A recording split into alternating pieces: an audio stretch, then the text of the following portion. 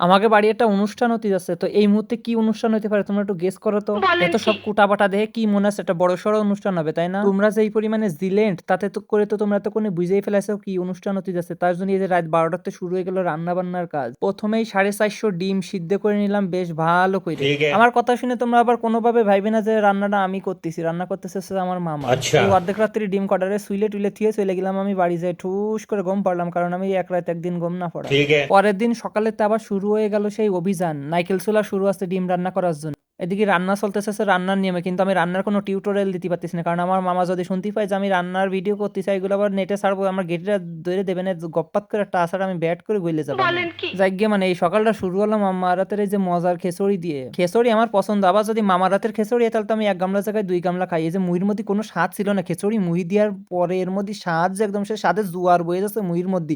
স্বাদে মুখ মাইরিয়ে আসতেছে ওয়াও! এদিকে ধুমায় আবার চোখ মুখ জ্বলতেছে। এদিকে আমার চাচাও খেচুড়ি মুহি দেওয়ার পরে তার এক্সপ্রেশন ছিল যেরকম ওয়াও! अबे ডিম साले। রান্না করার জন্য লাগবে অনেকখানি নারকেলের দুধ। তার জন্য এক গাদা নারকেল বাইঙ্গে কুড়ায় নিলাম।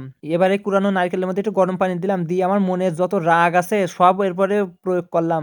ভালো করে চটকায় তারপরে এই যে রস বের করে এবার নারকেলের ছিটেগুলো আমি বাড়ি নিয়ে চলে আইছি। আইসে বানালাম এই যে নাড়ু। এর জন্য একটা টিউটোরিয়াল দিবা না একটু ওয়েট করো। দুপুরবেলা নামাজ পড়ে রেডি হয়ে চলে গেলাম। যাই একটু মিলাদ হলো, দোয়া মাহফিল হলো, হওয়ার পরে এবার খাওয়া-দাওয়ার পর্ব শুরু হইছে। এই অনুষ্ঠানটা ছিল আমার বড় চাচার মিলাদ। সবাই দোয়া করবেন আমার চাচার যেন আল্লাহ জান্নাত নসিব করে। এই খাওয়া-দাওয়ার পর্ব শেষ করে আমি আবার গুছায় রওনা দিলাম আমার ক্যাম্পের উদ্দেশ্যে। ওই যে আমার পিছনের এই ২ তালা খান দেখতে পাচ্ছ এখানে হচ্ছে আমার চাচার বাড়ি। মানে এই ঘরটা আগে ছিল। এখন তো চাচার ঘর আছে ৩.৫ হাত। আমাদের সবারই একদিন এই দুনিয়ার মায়া ত্যাগ করে চলে যাওয়া লাগবে এই ৩.৫ হাত ঘরে। এই কথা মাথায় রেখে আমাকে জীবন পরিচালনা করা উচিত।